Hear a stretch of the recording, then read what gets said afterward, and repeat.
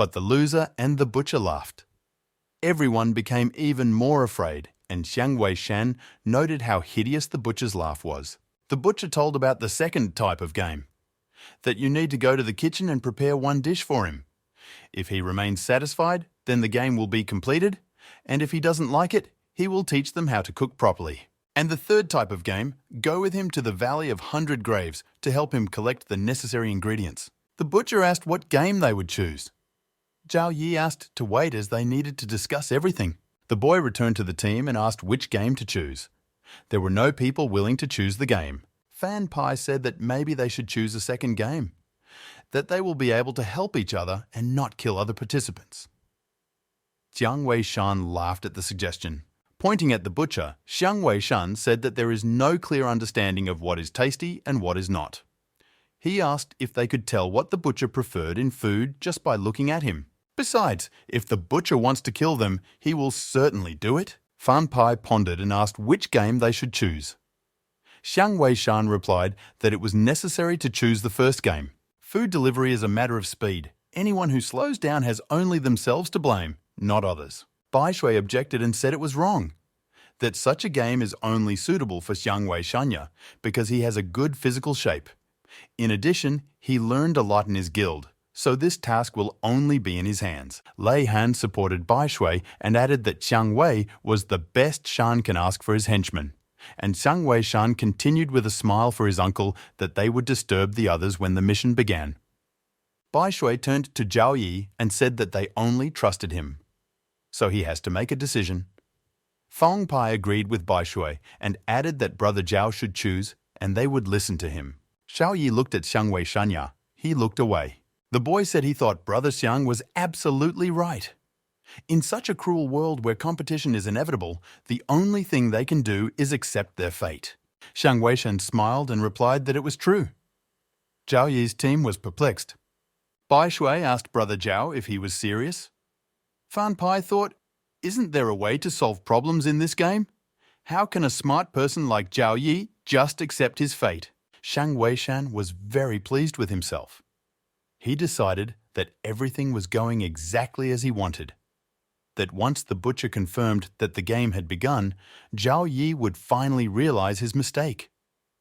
On the table, the butcher laid out disposable cardboard bowls in which the hot food was still steaming, lids for them, bags and chopsticks.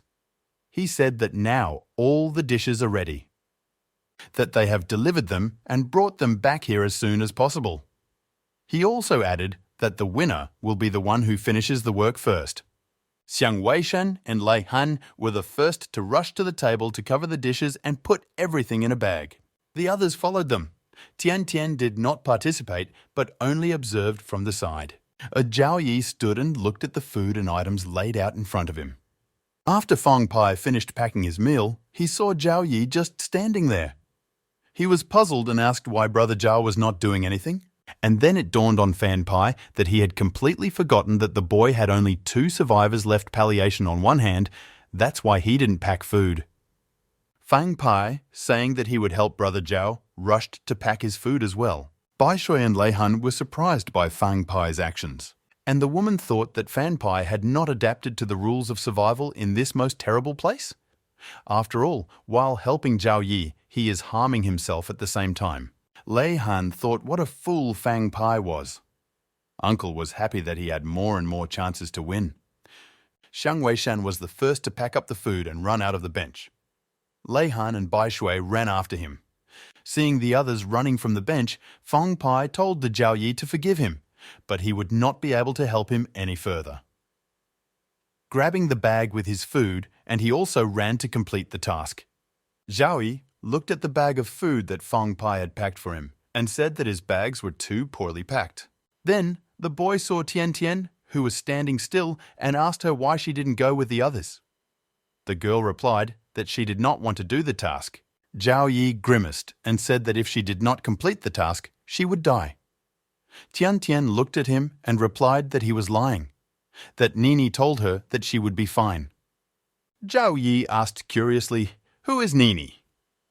And Tian Tian handed him a teddy bear and replied that it was her. The girl gently hugged the bear and said that Nini is her only friend, whom she was lucky to meet in this terrible and cruel world. The guy took a closer look at the teddy bear and saw how a system message with characteristics appeared.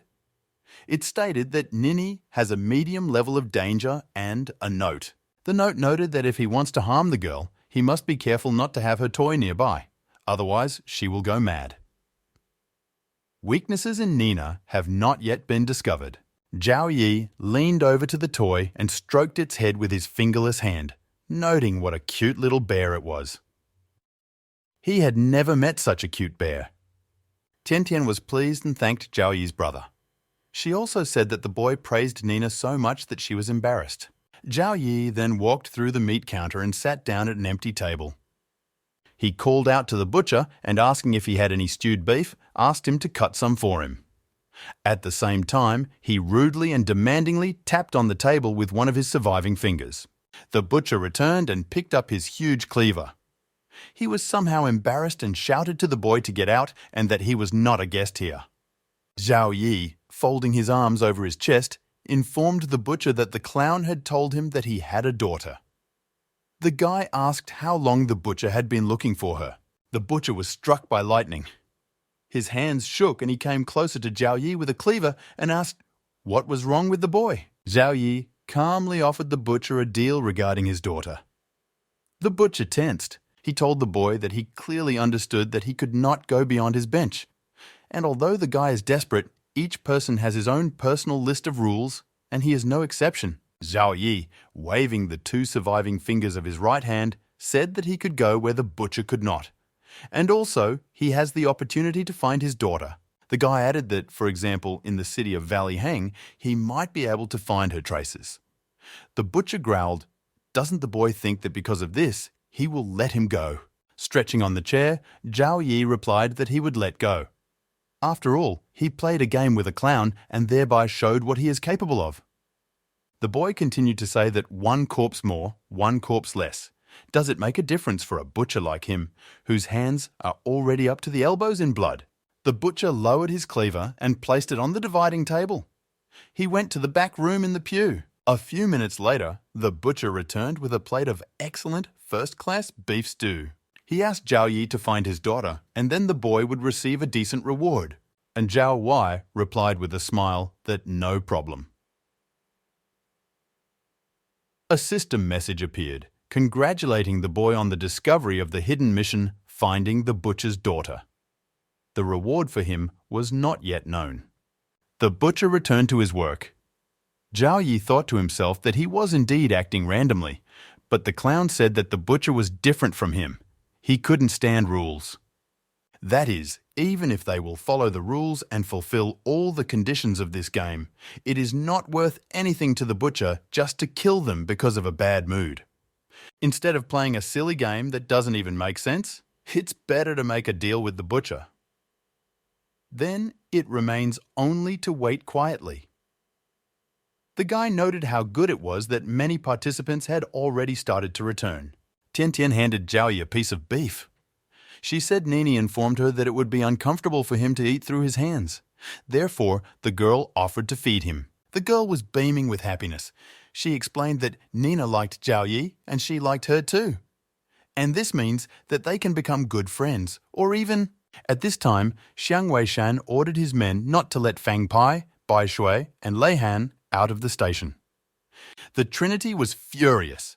Uncle Lei Han said angrily as Xiang Wei, "How dare Shan do this to them?" And what was he up to? Xiang Wei, standing behind his men, Shan asked what else he should do. It is not easy for him to watch how they complete the task first, and then calmly wait for death. Polkadot added that they should blame Zhao Yi, not him. That it was Zhao Yi who chose the food delivery mission, not him, and wished the trio good luck. As soon as Lei Han wanted to throw his fists at the thugs, Bai Shui stopped him. She told the uncle to calm down, that those guys would break his legs if he tried to break through. Xiang Weishen informed his henchmen that he was leaving and leaving the place to them. The bandits surrounded the trio. One of them said that if Zhao Yi's company was honest, it would be easier for them to accept their future death. Bai Shui was furious and tried to reach Xiang Weishanya, that today he is betraying them, and tomorrow he may find himself in this place. One of Shang Wei's henchmen, Shanya, told the woman to stop carrying delusions, that they all already know how terrible it is to be betrayed by someone, and added that they would not miss them anyway. Bai Shui could not calm down. She looked at the bag of food and shouted that she would fight with them to the last and rushed at the bandits. Fan Pai tried to stop her, but did not have time.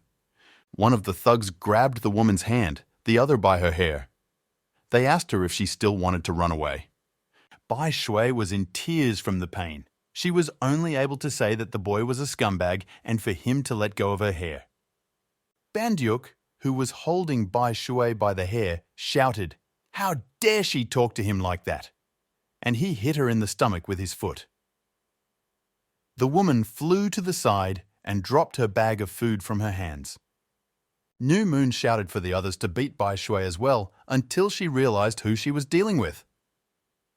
A group of boys pounced on the girl who was lying on the floor and kicked her. Watching the beating, Lei Han was shaking like a leaf, and Fan Pai got angry and shouted for them to stop immediately, that they might kill her. Trembling with anger, Fan Pai warned the bandits that if they killed her, they would end up in the killing fields. And what is there? Their anger will quickly evaporate, only because they will all be killed there quickly. The bandits dispersed, noting that this fight almost sent their brothers to the terrible killing fields.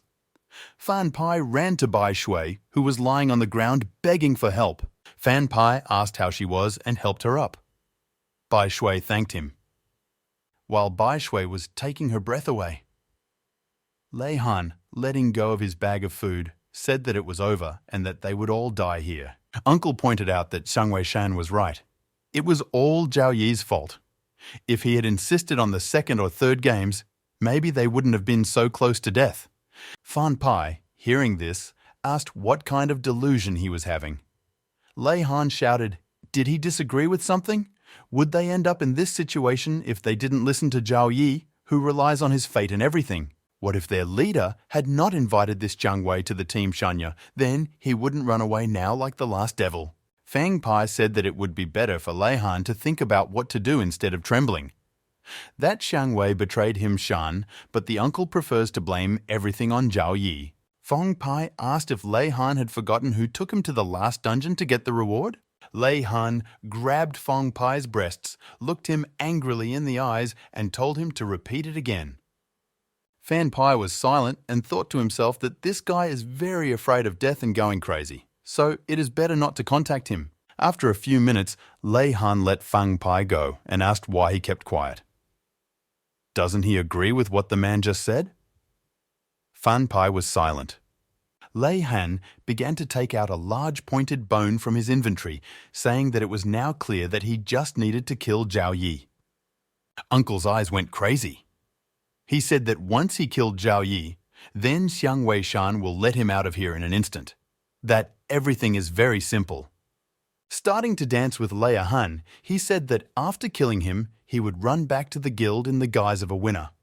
After all, no matter how good the butcher is, he definitely won't be able to finish him off there. Uncle shouted that everything was right, that everything was simple, and that he needed to do everything that way. Shouting for Zhao Yi to get out, Lei Han began to climb the stairs to the butcher's bench. Zhao Yi and Tian Tian heard screams.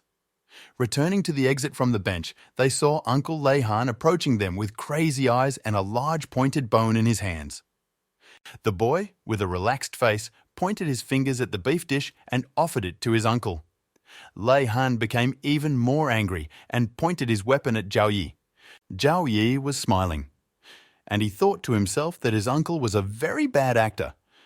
From the first glance, it was immediately clear what was on his mind. Then, the boy said that he and the butcher agreed that he could take several men with him. Lei Han was stunned by such news. His face changed, became softer, and the uncle asked if the boy was telling the truth. Zhao Yi replied that indeed. Otherwise, if only he could sit here and just enjoy the food. And then, the boy said that his uncle had just asked him out. He asked if something happened. Lei Han quickly hid the pointed bone behind his back and began to say uncertainly that he just wanted to ask if the boy had already figured out how to complete the task for them. Zhu Yi smiled slyly and said that was the matter. and then remarked that he had already thought that he wanted to kill him to please Xiang Wei Shanyu. The uncle was moved. A smile appeared on his face, and he said very flatteringly that how could a boy think that, because he was his best friend. He would never do something so disgusting in his life.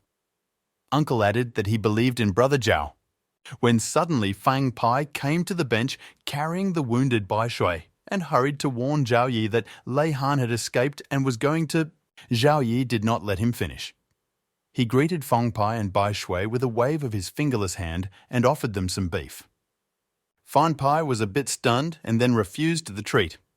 He said he was very glad the boy was okay. He just wanted to convey something to him, and then Fan Pai stopped. He suddenly realized that Zhao Yi was just sitting there eating beef. He turned and looked at Leia Hanya. Then Fang Pai sat down on the bench with Bai Shui. He turned to Zhao Yi and asked if Brother Zhao had found a way for them to finish the butcher game ahead of time. The guy shook his head and answered that no, he didn't find it. Fan Pai and Bai Shui despaired and despaired. Fan Pai asked the boy, "What is he, just sitting and waiting for his death?" Zhao Yi told him not to worry and pushed the dish towards him and told him to just eat. Fan Pai thought to himself that it seems the boy hasn't given up yet. Fan Pai took a piece of beef and ate it with great pleasure. He thought that first he must die, and only then he would become a ghost. Half an hour passed. As the team along with Zhao Yi heard someone running to the bench and shouting that he had won, that everyone would die and he would live. Bai Shi was worried and Fan Pai said that it was over, that it was Xiang Wei Shan returned. All stuffed, dirty, with torn clothes and no arm, Xiang Wei Shan ran to the second floor where Zhao Yi was. He asked where their number one rookie was and would Zhao Yi fight him now. Xiang Wei Shan shouted, "Will the boy have enough strength?" That he turned the whole plan against him and that he tricked him and called Zhao Yi a dumb pig. San Wei Shan also added that Zhao Yi was no longer his brother, that he could forget about their friendship. The boy sat with an indifferent face and calmly replied to Xiang Wei Shan that it was fine, he would forget. Xiang Wei Shan moved closer to Zhao Yi. He asked how Zhao Yi could pretend to be calm when his life was hanging in the balance of death. That, in any case, he won't be able to do it forever. Slamming his hand on the table, Xiang Wei Shan called the butcher. He said that he had already completed his task, which meant that he had completed this damn task. And in general, he delivered the food first. With greed in his eyes, the boy began to demand his reward from the butcher. The butcher took the huge hook in his hands and slowly turned to Xiang Wei Shan. Told him to come over. Xiang Wei's henchmen, Shanya, watched their leader standing in the doorway of the bench. They had a premonition that now their brother would fulfill the assignment. And this meant that something might happen to them. That they will finally be able to eat and drink normally. Bai Shui lost her spirit. She said that it was over and that they would all die. Xiang Wei, standing in front of the butcher, Shan shouted and demanded that he tell everyone that he was now the best rookie. That he wants everyone to know that he is better than others. What a whore! Liu Rui Qing, after that, would immediately pounce on him. And if in the future she wants to sleep with him, then he just won't let her. That first, she will need to win his trust. There was a loud bang. From the mouth of Xiang Wei, Shanya was bleeding. It was the butcher who pierced the boy's stomach with his hook. The ghost's eyes were burning, and there was a creepy smile on its face. Xiang Wei Shan could only utter the word, no. About himself, the boy asked why the butcher killed him, because he was the first one to complete his task. They were supposed to die? Zhao Yi's team. The boy thought that surely Zhao Yi had somehow managed to trick the butcher. Turning his head, Xiang Wei Shan saw Zhao Yi calmly eating. Then Xiang Wei Shan stretched out his hand towards Fang Pai and Bai Shui and began to plead softly for them to save him. Zhao Yi got up from his seat and walked over to the boy. Looking him up and down, Zhao Yi asked with a smile, "Why is it all of a sudden he has to help him?" Xiang Wei Shan began to say that he was blind and begged to be spared. At the moment when the butcher carried Xiang Wei over his head, Shania's huge cleaver, Zhao Yi, with a smile on his face, held out his middle finger hand to the boy and told him to grab. A terrible scream was heard. At such a scene, Fang Pai narrowed his eyes, Bai Shui looked away, Lei Han's jaw dropped, and Tian Tian smiled with satisfaction. Xiang Weishan, with a huge wound all over his body, mumbled one thing. Damn, damn, damn. The butcher tugged on the chain, the end of which was chained to the hook, and Xiang Wei's body, Shanya, flew to the other severed limbs that were also hanging on hooks at the entrance to the bench. Xiang Wei's henchmen, Shanya, were shocked and horrified. They did not understand what had happened. They wondered if it was Xiang Weishan did not complete the task. So why was he killed then? The trio from Zhao Yi's team thought that even Xiang Weishan, who completed his task, was killed. Then who's next? Would it be Zhao Yi, the person standing closest to him? After that, the butcher calmly turned around and went to the utility room. A few minutes later, he returned and approached Zhao Yi. He handed the boy a bowl with a red bubbling liquid inside. He said it was his reward. The boy took the bowl and thanked the butcher. A system message appeared in which it was noted that this was a soup that had been carefully prepared by a butcher. The effect of the soup? It is to live a part of your life faster in time, gain great power, stage a riot that will affect all his relatives. The riot will continue for 5 minutes. Within 12 hours after the riot ends, he will completely lose his combat power. Placing the award in his inventory, Zhao Yi noted that this soup was good even though it had side effects. And this effect is too bad, and in some cases can lead to an irreparable and terrible end. Many system messages appeared. They welcomed the player Zhao Yi with the opening of a new location for his guild, the Butcher's Bench. That this location is neutral, players can buy meat here, but there is no protection in this area. In any case, you should not anger the butcher, otherwise you may regret it. The quest, Management of the Great World, has been completed. Player Zhao Yi receives 3 talent points for participating, and the players Fan Pai, Bai Shui, Lei Han, and Tian Tian receives 1 talent point each. The main mission has been updated to Unlock Image, so the system will ask you to enter the menu to confirm it yourself. Someone in the guild was upset that Zhao Yi had won this world task. The man told his friends that this meant that a person with a lower level than him would not be able to complete the Great World task until someone finishes the guy off. The man's friends warned him not to say such things because it is dangerous, and the man continued that if they did not kill him, then they would only have to wait for the boy to complete the next big task. The Great World mission completely unlocked the NPC branch, which means that they have a chance to deal with the guy. Standing on the balcony, Liu Zhouqing and the president of the Scavenger Guild heard this conversation between the men. The woman noted that all newcomers are very greedy, that they are ready to do anything to grab more pieces and run away. Meanwhile, at the butcher shop, Zhao Yi told the butcher that he would try to find his daughter as soon as possible. The guy added that he would need to take a few more fellow guild members with him. The butcher replied that the boy could marry anyone as long as he found his daughter. Fan Pai was delighted and asked if they could really help too. Bai Shui couldn't believe that not only did they survive, but they also got talent points just like that. Lei Han sat down in joy and thought, holding his head, that it was great that he was able to survive. Zhao Yi, seeing how happy Lei Han was, loudly told the butcher that he did not need absolutely everyone. The boy said that there was one thing he could not do himself, but the butcher could do it for him. In any case, he is familiar with it firsthand. And then Fang Pai, Bai Shui and Lei Han were shocked. They understood that it turns out that the one who stays here will have a bad fate. The butcher, taking a cleaver in his hands, asked Zhao Yi who he needed to get rid of. The boy pronounced the name clearly, Lei Han. Lei Han was horrified and began to scream frantically that the boy could not kill him, that he had done him no harm. And in general, they are all in the same boat. Zhao Wei explained that he never minded sharing with others, but there were 2 things he hated. First, he hates people who steal from him, and secondly, he hates people who tempt him with his prey. The guy clarified that there are still those who want to eat him.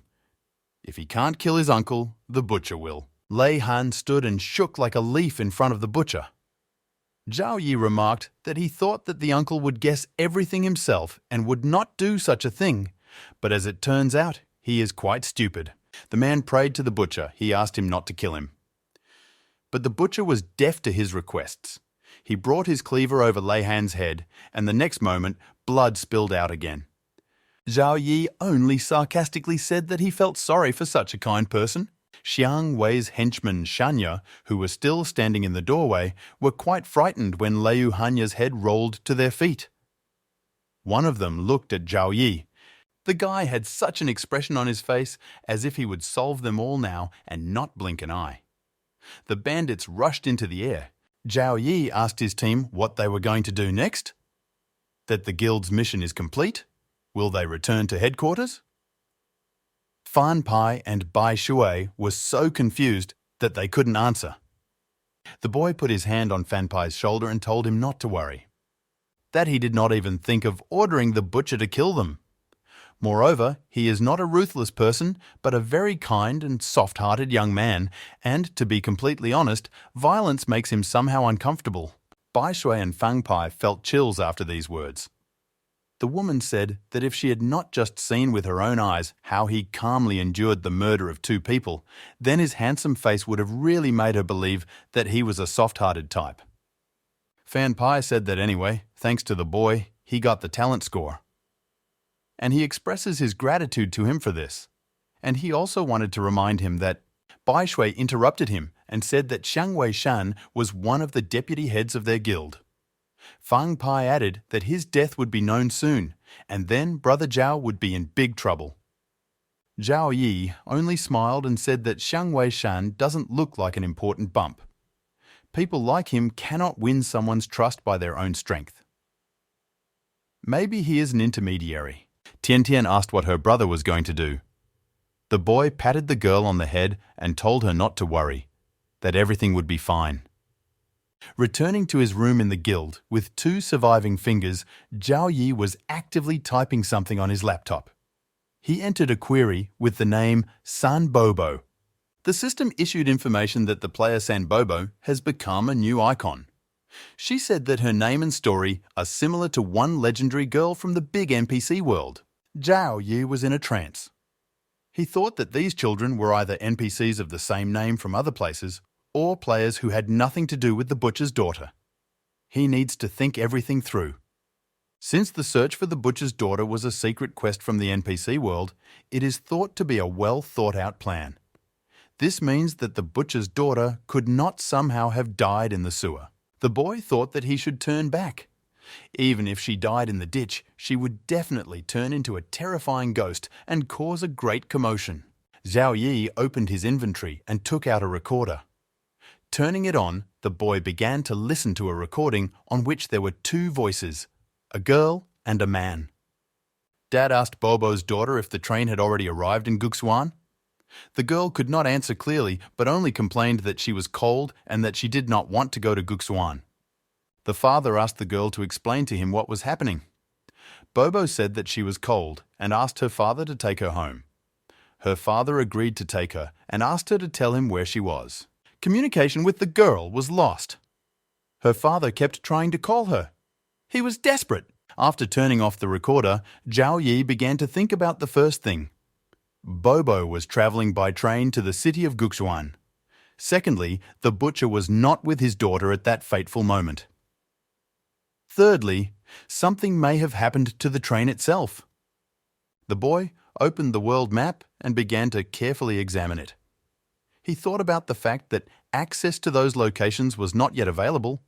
Therefore, it seems that the task of the butcher will have to be temporarily postponed. He thought that the global reset of dungeons was still a few days away, that he needs to start by looking at his recently unlocked missions. The system issued mission tips to Zhao Wei.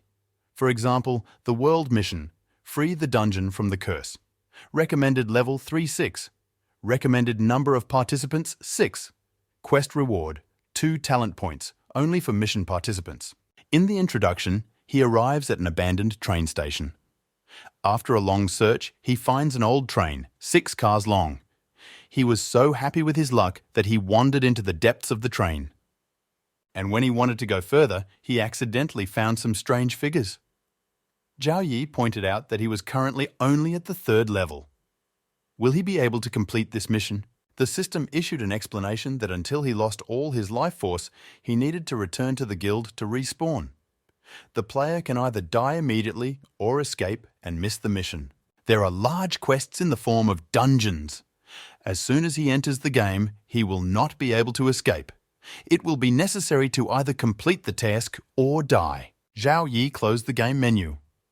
He stretched out on the bed, stretched and thought that the main thing was not to worry. Now he will consider the situation. Suddenly, the boy noticed that the bandages on his fingers were loosened and the severed fingers began to grow. The hands have completely recovered. Zhao Yi noted that now he would at least not be ashamed in front of others. On the door of Zhao Yi's room again. Opening the door, the boy saw a group of strong boys with blonde bangs on their heads. The biggest man in the gang told Zhao Yi that their leader wanted to see him. Zhao Yi thought for a moment and then told the man that although he understood that saying something like that would make him seem a little strange to them, however, thick nose hair does not fit the image of a cool macho at all. The guy said that he was even ashamed of the man's nostrils, that it looked disgusting, and together with the ring, it was even more disgusting. The boys, with whom the stocky blonde came, turned pale and cried out in one voice that this boy was going to die. The man with the lush hair in his nostrils got angry. He shouted, "How dare the boy insult him?" He believes that the guy has absolutely no inhibitions. And the man swung his fist at Zhao Yi. The man's blow landed on the system shield that prevented anyone from entering Zhao Yi's room until he himself allowed entry. This barrier was translucent. The man from the gang, shaking with anger, shouted for the boy to leave. Zhao Yi smiled and noted that such a sight is rare. Suddenly, an idea occurred to him. The guy got a durian. Placing the durian on the floor right in front of the door, Zhao Yi said that Sister Liu had obtained this hardy fruit for him. She couldn't find any tool to open it. From outside the door, Zhao Yi turned to the boys and said that if they still had nothing to do, maybe they would help him split this durian.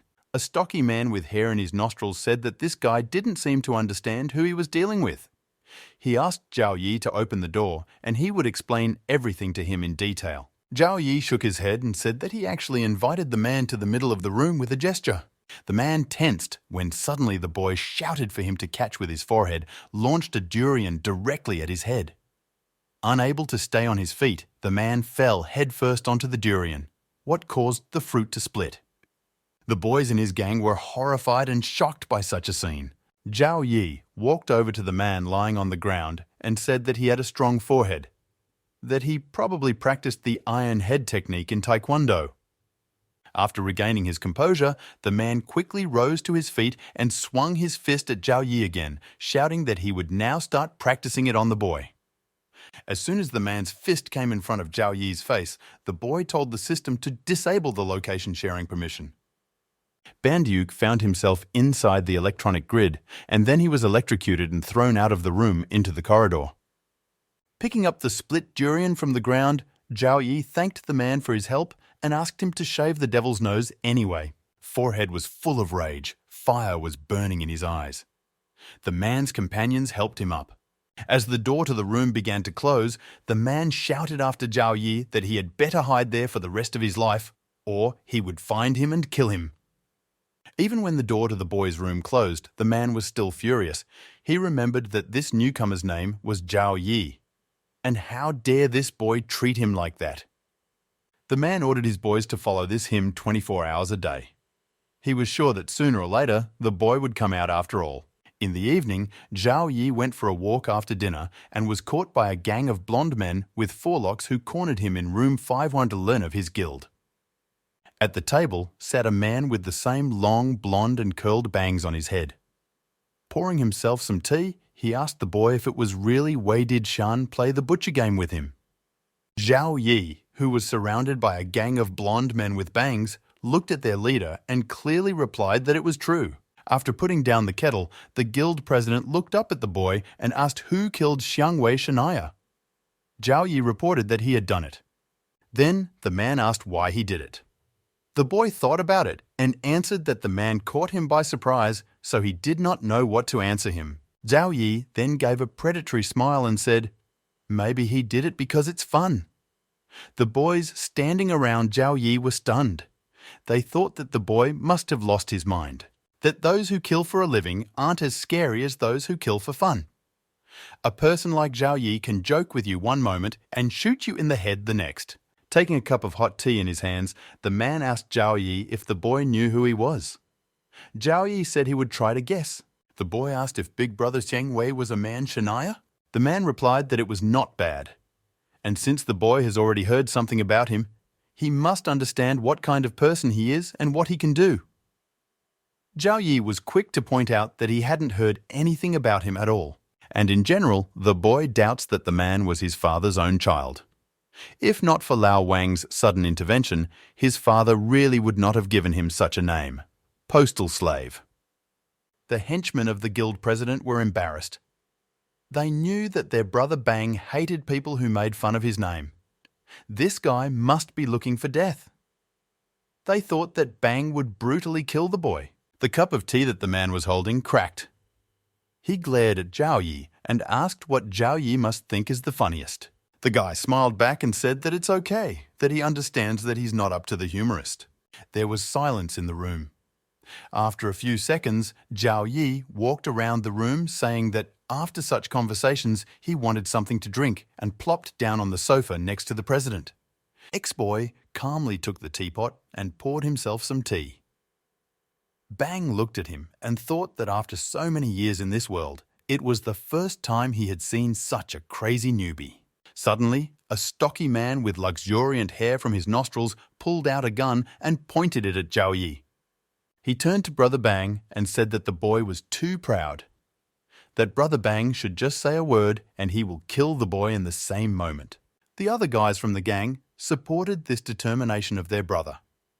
They said that even though the player would not die in the guild residence, the bullet hits to the body would still be very painful. They added that they should just torture the boy to teach him a lesson. Zhao Yi looked sadly at the cup and said that he understood that the man could kill him, but he himself could never finish him off. The boy sighed and added that it was because the man had such a good older brother. But he didn't have one. Beng looked at Zhao Yi and asked, now that he knew the whole truth about that man, wouldn't he want to kill him? The boy put the cup on the table and asked Beng if he knew what he was thinking about. Beng told Zhao Yi that he wanted to know the mindset of those like him who are obsessed and crazy, and that very soon he will succeed. Zhao Yi sharply pointed two pistol-shaped fingers at Beng and said that the best way to find out what's going on in a person's head is to blow their skulls open with a shotgun. Bang laughed and said sarcastically that he saw that the guy was rich. Taking out a cigarette, the man said that Zhao Yi was so poor that he would never be able to save up even for a double barrel for... The man was about to say something else as soon as his head exploded into small pieces. Zhao Yi was holding a double-barreled shotgun in his hands, and the smoke was coming out of it. The boy also sarcastically said that the man did not guess what he had collected by putting off his lunches. Bang's gang was stunned. They looked at the boy with bulging eyes and could not believe that he had actually shot. The man with the lush hair in his nostrils thought that within the walls of the guild, even if a player burned to ashes, he could still be resurrected. But it didn't matter. What mattered now was that this rookie was a third level. The man couldn't believe that the boy had picked up a weapon and destroyed a player who was much higher than him in level. Zhao Yi turned his gaze to the thugs and asked if there was anything bothering them. The guy explained that if he had fired recklessly, their leader could have easily dodged. So for this, the guy used words and acting to distract him. Then, with crazy eyes, Zhao Yi added that it was all for the man to learn what it was like to be shot. The man with the bushy hair under his nose began to tremble. He pointed a gun at the guy and shot him, saying that he was a psycho. Zhao Yi's head also shattered into pieces. He only had time to think that he had been killed again and how long it had been since he had felt this feeling. It is not known where in the place that was covered with darkness there was a house with many floors. He was wrapped in chains. Inside this house, various monsters and monstrosities were tied to the pillars, which were arranged in a circle. They all growled, roared, cried, and squealed. Suddenly, a blue light appeared and turned into Zhao Yi. The monsters chained to the pillars began to grunt joyfully and squealed something to the effect that Ta appeared. That Ta is here again. The monsters roared that it was Ta who captured them and locked them here separately from the world of the living, from all those mentally ill. The boy stood in the middle of the hall, around which monsters were chained to the pillars, and above him hovered a spirit of an inexplicable form. In the eyes of the monsters, Zhao Yi had no form. For them, he was an unknown secret, an incomprehensible true meaning, which will become the master of this, unexplored by man, edge of life. He is angry, jealous, paranoid, bullies others and thirsts for blood. He can confidently name all the monsters that were locked in this unprecedented world. As Zhao Yi passed by, these incredibly terrifying monsters buried their heads in the ground and pretended to be dead. The guy walked around the building with the monsters, stood on a beam of light and told him to quickly resurrect. The next moment, the boy came to his senses. He was sitting tied to a large wooden chair. The resurrected Bang was already standing in the room across from him. The man was furious. He thought about being shot in the head by some level 3 rookie. And what should he do now to maintain his status? Bang decided that he should make the boy feel terrible pain. He wanted that puppy to beg him for pity. The man pulled out the remote control and asked the boy if he knew what it was. Zhao Yi laughed and replied that it was an electric chair. The boy chuckled and explained that to an ordinary person it should be terrifying, but to him it was like a mosquito bite. Hearing this, Bang became even more angry at the boy's arrogance. He pressed the remote control and the electric chair was activated. The hair on Zhao Yi's head stood on end. 1,000 volts passed through the boy's entire body. When the electric chair was turned off, the boy's body turned black, smoke came from him, and he smelled like something fried. Ex-guys from the gang who watched this picture were horrified. Bang smiled and said that he was interested to know what the boy would say after such a discharge, with a force of 2,700 volts of current. Zhao Yi's body recovered and the boy resurrected with a joyful smile. Bang asked the boy how he was. Zhao Yi replied that it was cool. The guy noted that a strong electric shock can cause terrible pain in just a few seconds, but you can get used to it and even survive. Zhao Yi said that he actually liked it a lot and suggested that the man do it again. Bang was puzzled. He did not understand what this boy was talking about. The man thought that the guy might be a masochist. Then, Bang sat down on the chair opposite Zhao Yi and, holding the electric remote, said that the boy must be in pain. So, why is he pretending? The man told the boy not to hold back and scream in pain. Zhao Yi only asked if the man would give him the remote control for this contraption. Bang did not understand what this meant. He said he thought the guy was just pretending to be cool and now he's backstabbing. Zhao Yi said that was not the point. That he had experience with such things, and if the man did not want to press the buttons with his own hands, then the boy would do it himself. And asked if they agreed? Bang and the man with hairy nostrils were surprised and did not understand what the boy was talking about. Zhao Yi gave a predatory smile and said that, actually, playing with the electric chair is really very boring. He believes that they are aware of other tortures. Then the boy got confused and gave an example. Boiled frogs in boiling water, stewed red meat of a copper bull, fried quail testicles. And asked the men, do they know what is most amazing about all this? The men shook their heads. And Zhao Yi began to say that one of the most amazing things is... And at that moment, the men's skin got goosebumps. Bang yelled for the boy not to move. Zhao Yi smiled and told him not to worry, that he was just talking to him. And he continued to tell that the most amazing thing is the method of killing, which a madman told him about. Live skinning. Zhao Yi began to describe the process. That first you need to prepare a container with mercury, then make a hole in his head, and after waiting a little, you need to pour all the mercury completely on the bare scalp.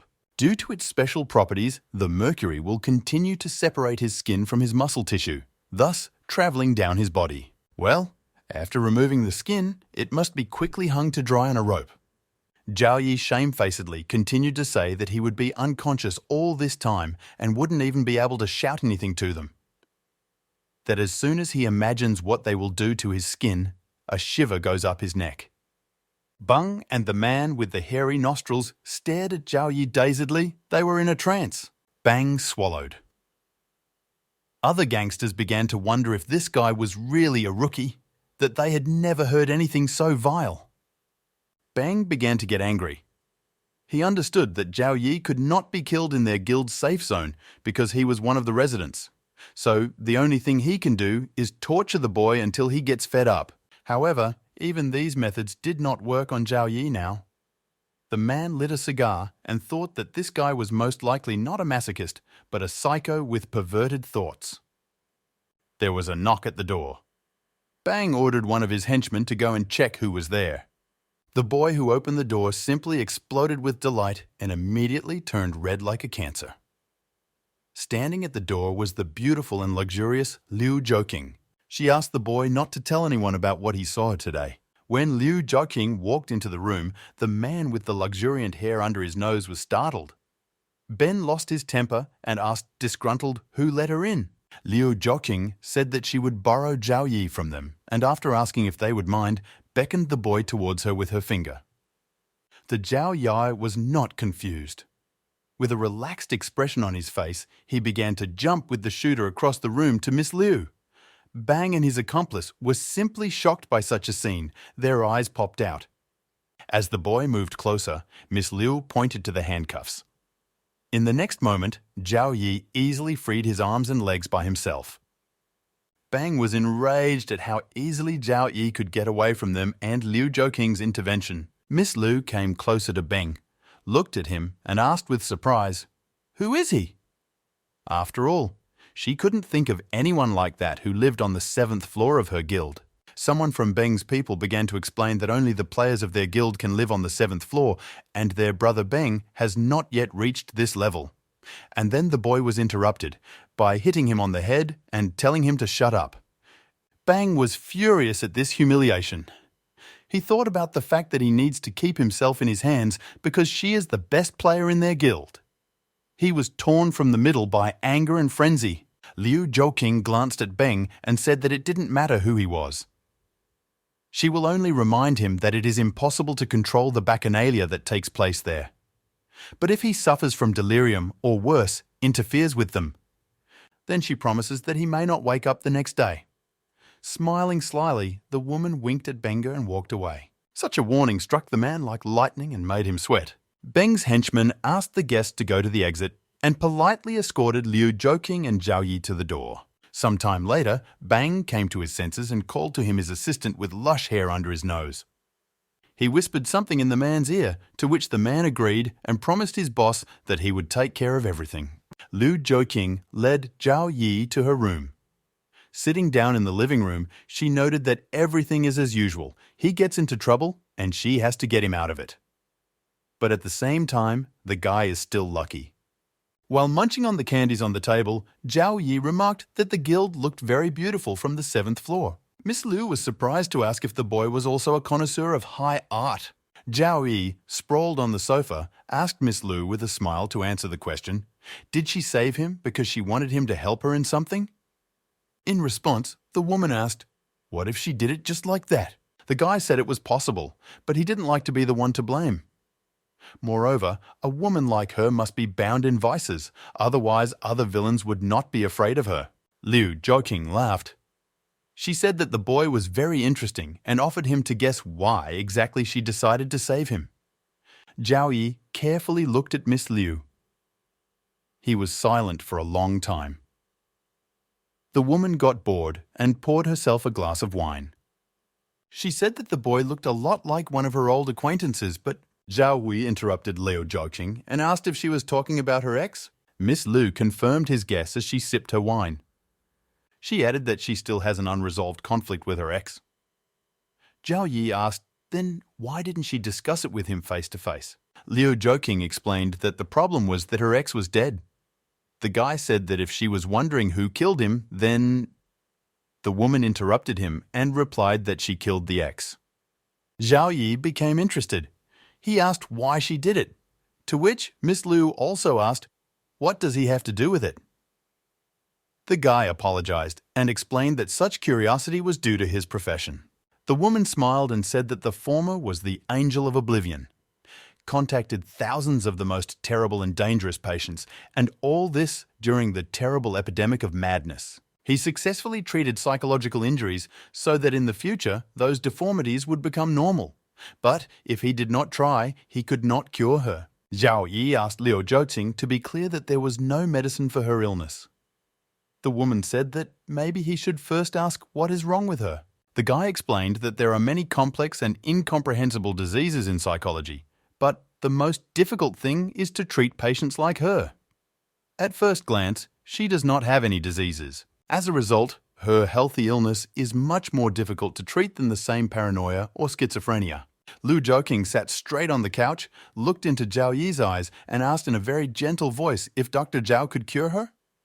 The guy replied that it would take time. Miss Liu said that he could not worry about it.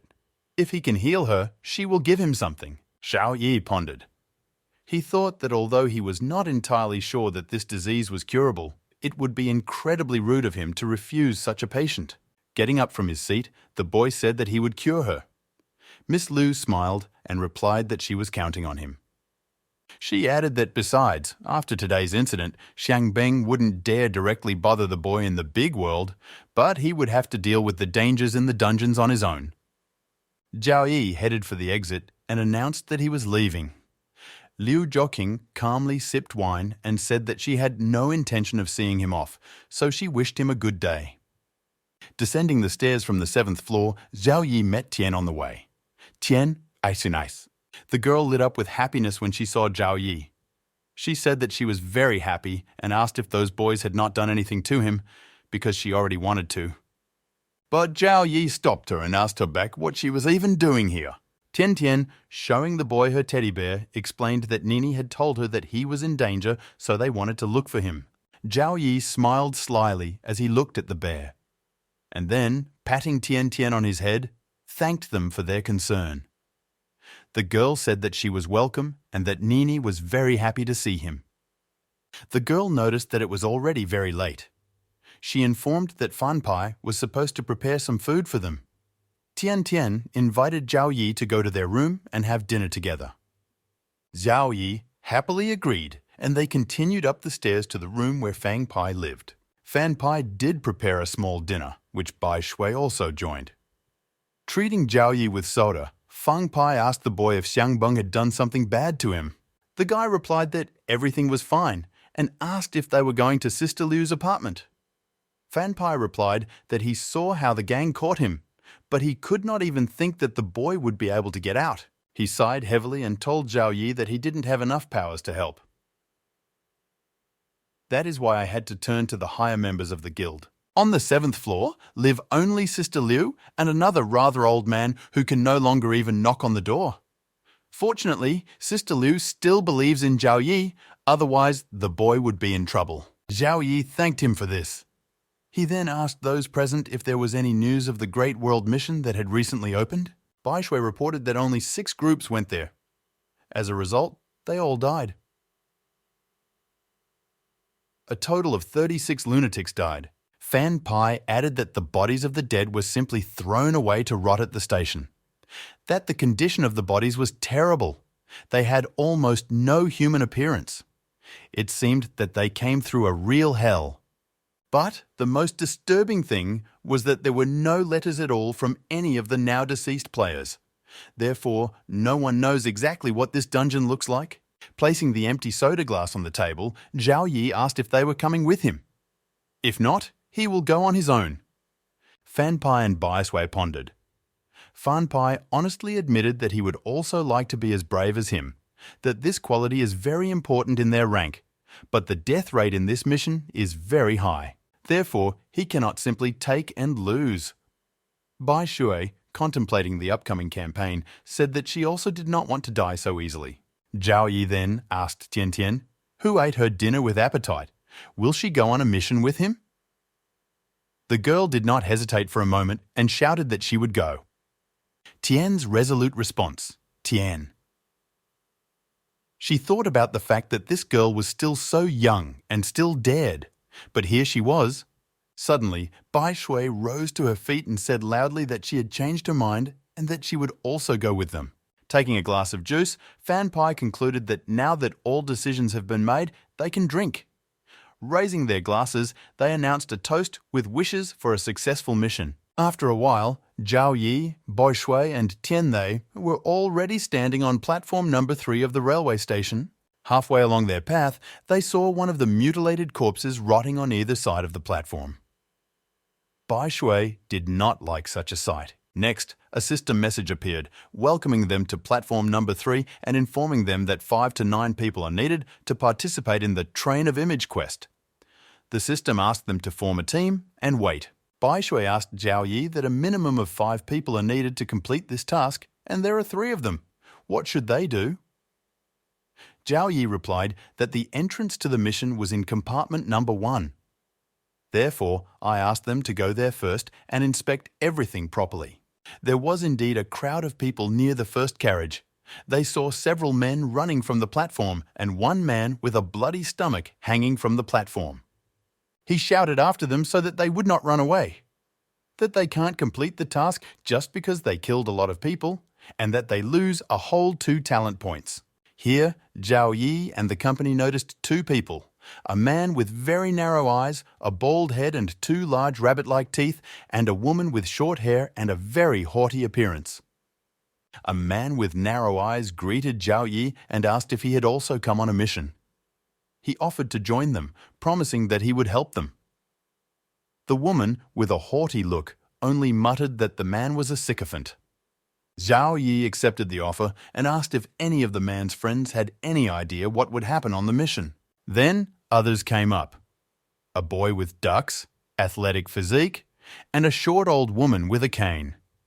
The duck, the proud woman, and the old woman replied that they knew nothing about the mission. Taking a step forward, Zhao Yi stood in a circle with the other people on the platform. Thus, a team of 7 people was formed and the system began to teleport them to the dungeon.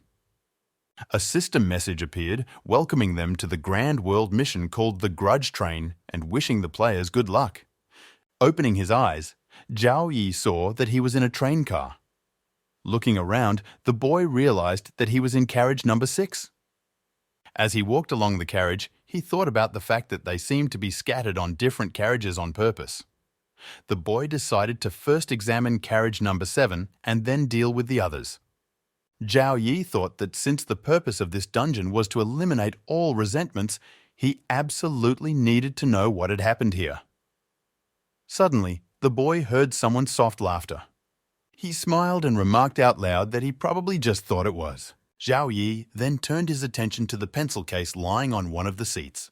Taking it in his hands, the boy carefully looked at it and noticed about himself that the creepy laughter became closer, but the pencil case did not attack him.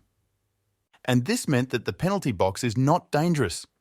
Therefore, it is better to leave him alone and move on.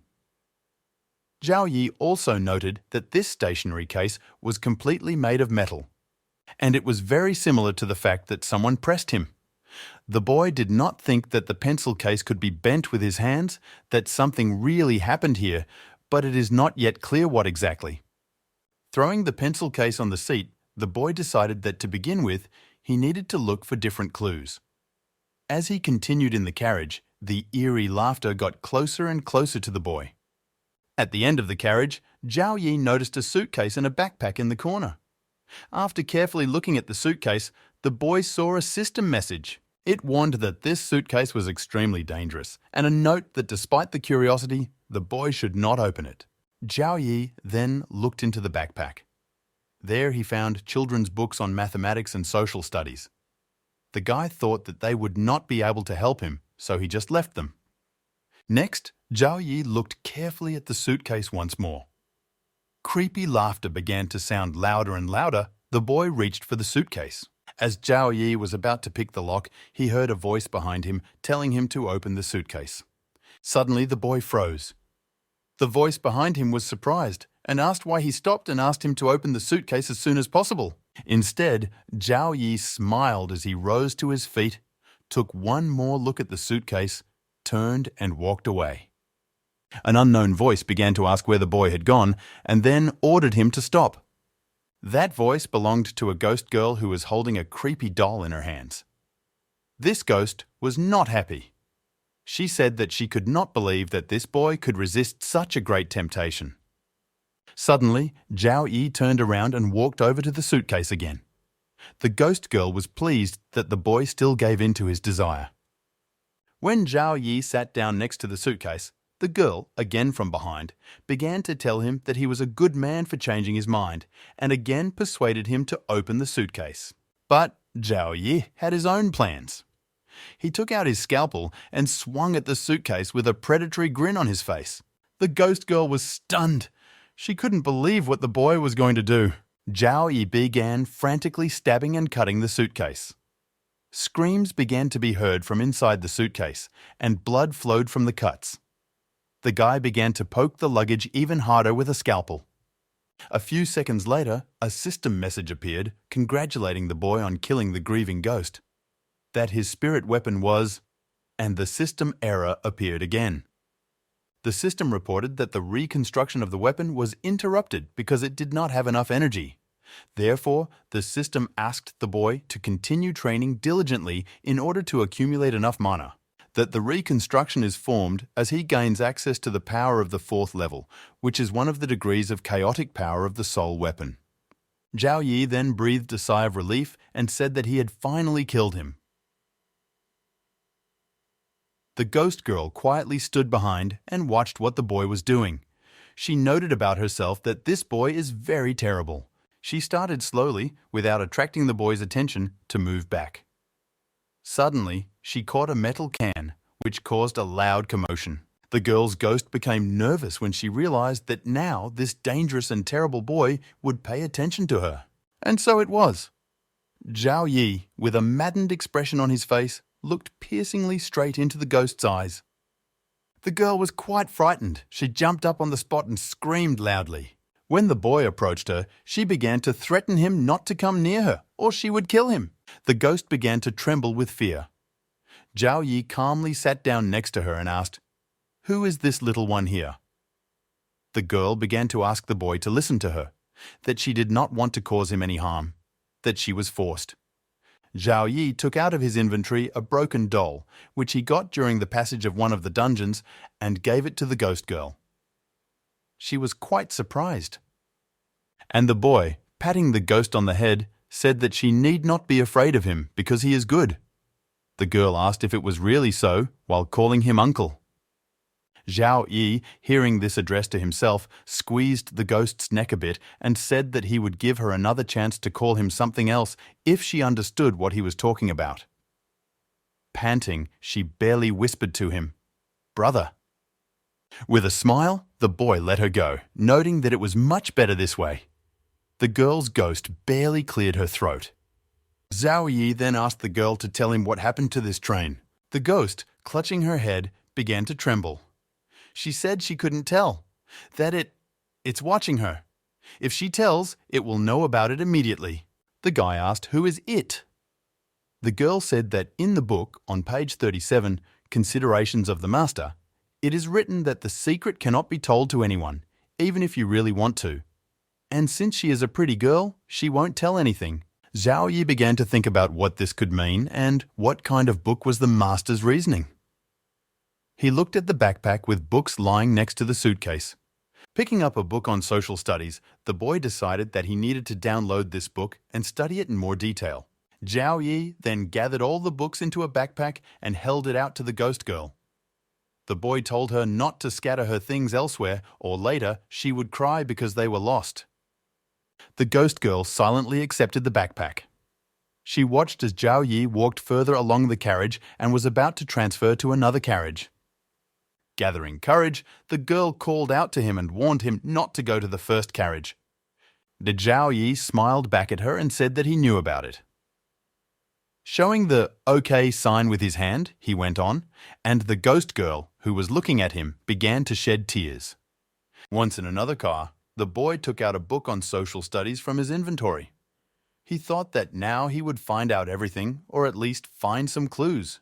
In this book, he did find a section called The Master's Considerations, where it was said that the control room contained the latest morning papers and maps, that diesel fuel would be needed to start the train. And there was a warning that you can't climb into the cabin. Also, the phrase "it is following you" was circled several times in red. After closing the book, the boy kept thinking about what it is. Is it it or even who?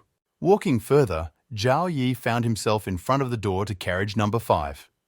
Without a moment's hesitation, the boy entered the middle. In carriage number 5, there was a larger room. There were almost no whole seats in it, and at the end of the carriage, the boy saw a group of people. Coming closer, he saw that his comrades were sitting around the fire. A man with narrow eyes, Wang Suya, and a haughty woman, Li Miao Miao, and 3 male ghosts were standing over them. The man and woman were very happy to see Zhao Yi. Wang Shu said that it was good that the boy came to help them. The 3 ghosts also turned to the boy.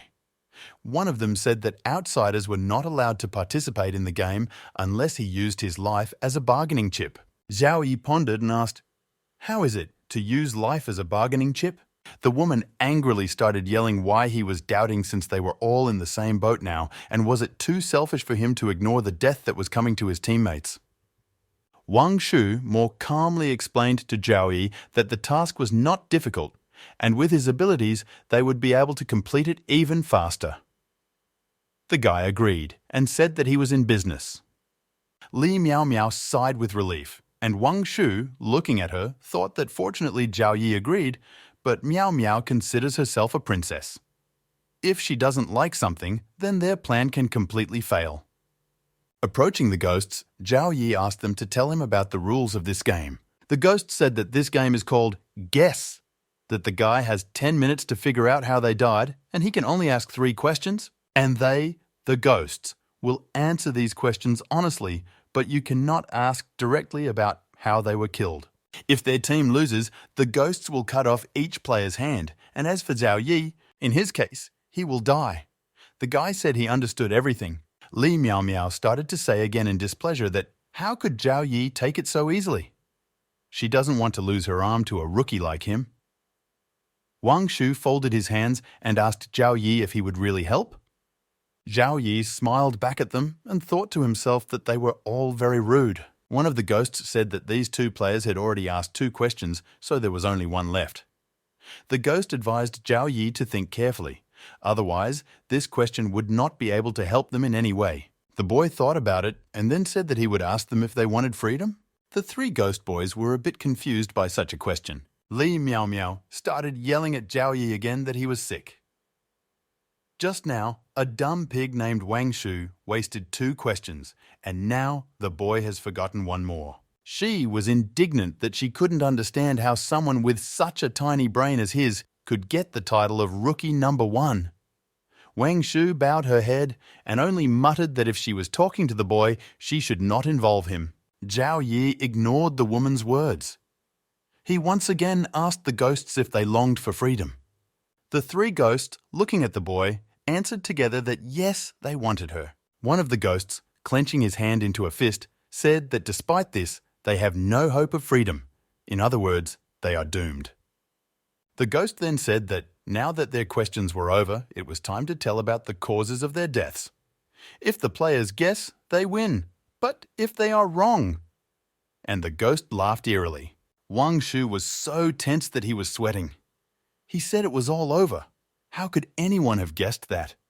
Li Miao Miao began to plead not to be killed. After all, those 2 men asked the question, and she is of no use here and in general superfluous. The woman screamed that she did not want to die. The hands of the ghosts began to turn into sharp knives and swords. One of the ghosts began to ask the woman why she should not be touched, because she must have forgotten that this game was played under the command. Suddenly, Zhao Yi, pointing his finger at one of the ghosts who was a bit fat, said that he had been killed, that the ghost's friend strangled him to visit the flesh, and asked again, "Is it not so?" Then the boy pointed his finger at the second skinny ghost and said that he died of asthma. There was no inhaler on the train. That's why he suffocated. Zhao Yi then pointed his finger at the 3rd ghost and said that he committed suicide. The 3 ghosts looked intently at the boy. There was a pause. Finally, one of them said that Zhao Yi passed the game, that now they won't lay a finger on them. Li Miao Miao and Wang Shu were quite surprised. Wang Shu began to praise Zhao Yi, that it was great, and what else would they expect from their leader, Zhao? Suddenly, Zhao Yi shook hands with one of the ghosts and thanked him for playing. He also said that he craved freedom as much as all of them here. The guy shared that he would give anything for freedom. The ghosts looked at each other. The boy noticed the door to carriage number 4. Getting closer to one of the ghosts, Zhao Yi asked if they might know what exactly happened on that train. The ghost shuddered at such a question. All 3 ghosts thought about what to say to the boy. Then they said that no one on this train would give the boy the answers he was looking for. That he must go out and find them himself. The outside world is very dangerous, so he needs to find ghost candles. Only thanks to them will they be able to survive here. Zhao Yi wondered what else these ghostly candles were. That the girl's ghost warned him not to go to the first carriage. Maybe these candles are there? They must be in carriage number 1. The boy thanked the ghosts and went to the door of carriage number 4.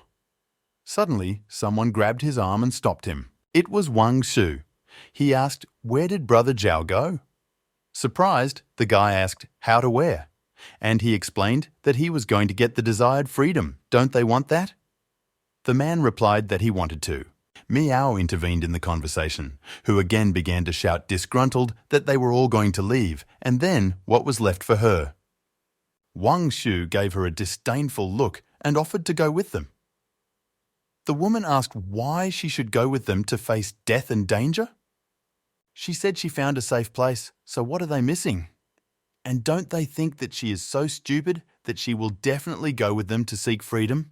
Wang Shu became angry and asked the woman what she wanted then.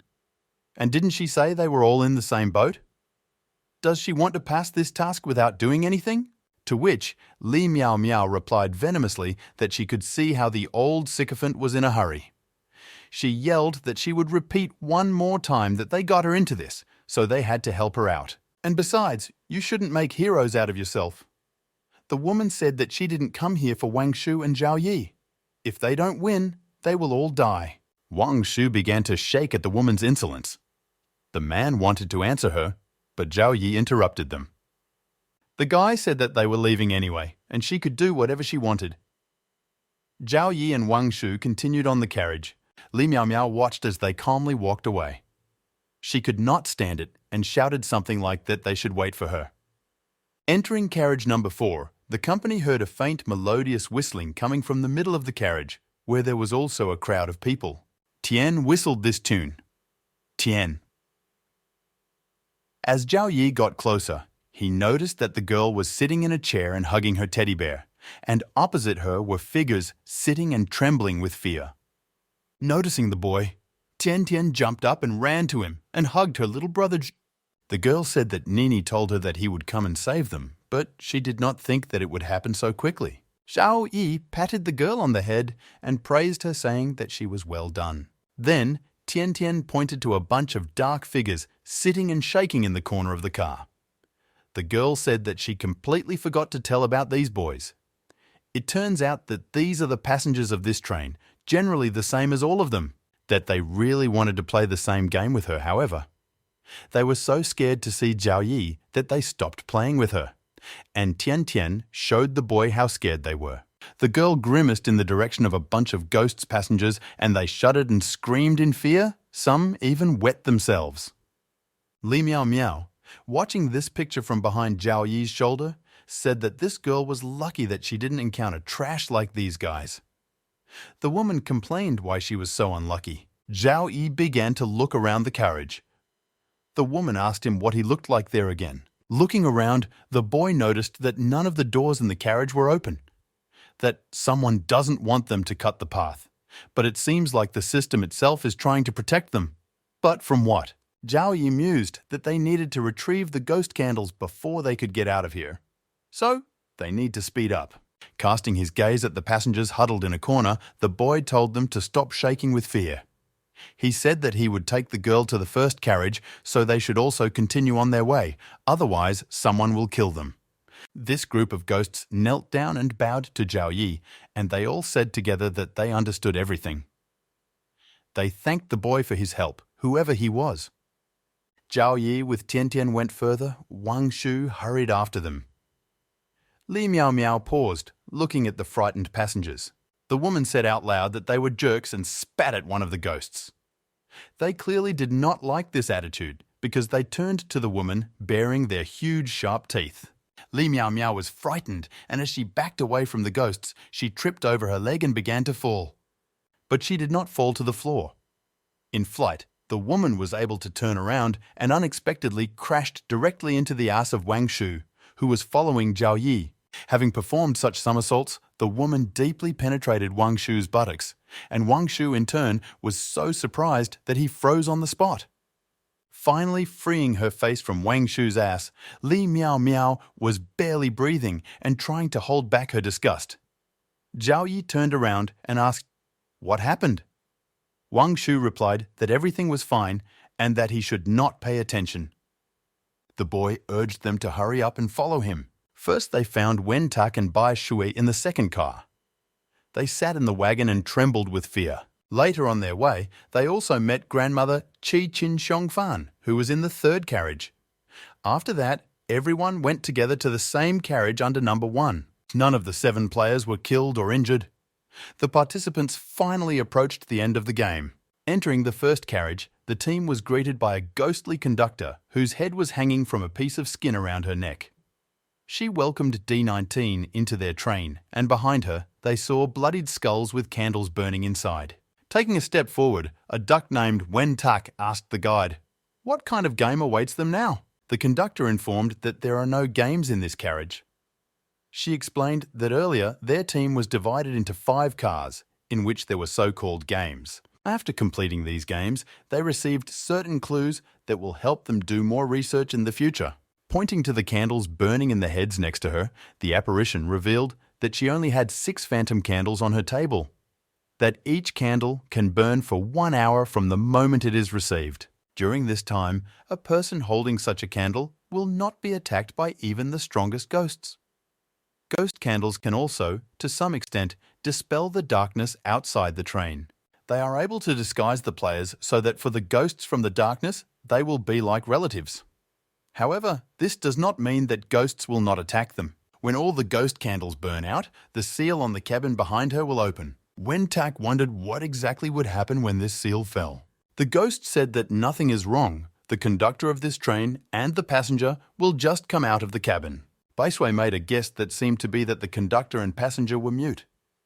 And if they turn out to be monsters, no one will help them. The ghost guide went on to say that in any case, she wanted to remind them that only the doors of the first car opened on this train. Therefore, as soon as they decide to open them, they will be able to get out, but all the undead will also be able to get into the middle of the train. The ghost then announced that they could now come and take the ghost candles. Bai Shui looked at the candles from behind Zhao Yi's shoulder. She felt very creepy and pointed out in her voice that there were 7, but there were only 6 ghost candles. She asked, "How are they now? Maybe it's worth separating them." Wen Tak, Wang Shu, and Li Miao Miao all had the same thought in their heads that there were 7 men, 6 candles, so only those who had them would survive. And that meant they had to choose who would die. And was it necessary to say that the best choice is to refuse the oldest person? And the trio cast their unkind glances at grandmother Qin Xiongfan. But the grandmother showed up with a surprise. She took out a gun from her pocket and, pointing it at the trio, told them to give her a ghost candle and warned that otherwise she would kill the one who already had the candle. Watching this scene, Zhao Yi remarked to himself that this old woman is quite fearless. He became interested in what would happen next. Wen Tak reassured the grandmother that they didn't even vote, so he asked them to lower their weapons. Wang Shu, who was trembling with fear, said that even though she was old, they couldn't just take and kill one of their team members. Then, without lowering her weapon, the grandmother asked how, in such a case, they are going to share the candles. There was silence in the carriage. The Trinity did not know what to answer to Qin Xiongfan. Bai Shui, taking Zhao Yi by the sleeve, quietly asked him if he had already come up with a plan or something like that. The guy replied that if they didn't share, someone would still be left without a candle. Zhao Yi turned to everyone and asked if anyone had any ideas about this. What should they do better? After all, no matter how the candles are distributed, those who want to leave the train in search of clues must have at least one candle. Wang Shu said that he thought Brother Zhao was right. Those who really help the team get a candle each, and the others will get by. Wen Tak supported such a proposal. Li Miao Miao then asked how they would then know who contributed and who just ran away with the candle. The woman said that she thinks that the guy just wants to take the candle himself, but at the same time to get out of this situation bravely. Zhao Yi only replied that it could. Bai Shui was angry at Li Miao Miao's words, but just as she was about to say something cheeky in response, Zhao Yi suddenly took out a shotgun and shot the woman. Miao's legs, and another second later, her body fell to the floor, separated from her legs. The woman frantically began to cry out in pain. She screamed that she was in so much pain that this pain was completely consuming her. Wang Shu and Wen Tak were shocked. Everyone looked at Zhao Yi, who was calmly holding a gun in his hands. Wen Tak thought to himself that the boy was really a weapon. And Wang Shu thought that such a weapon cost 1,000 points or more.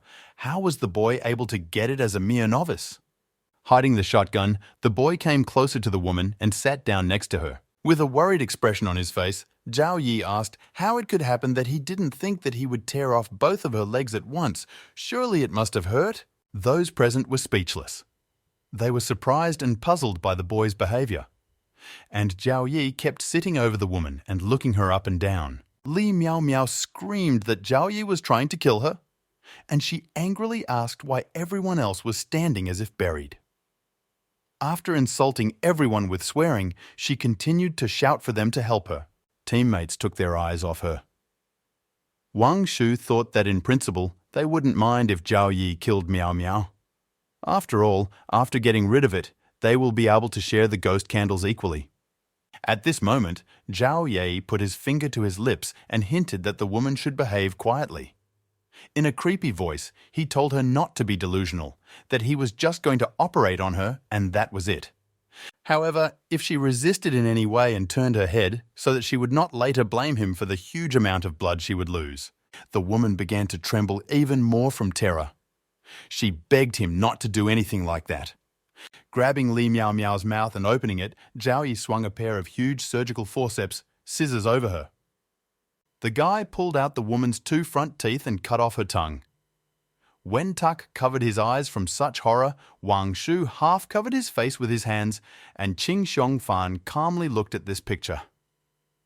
Bai Shui was also horrified.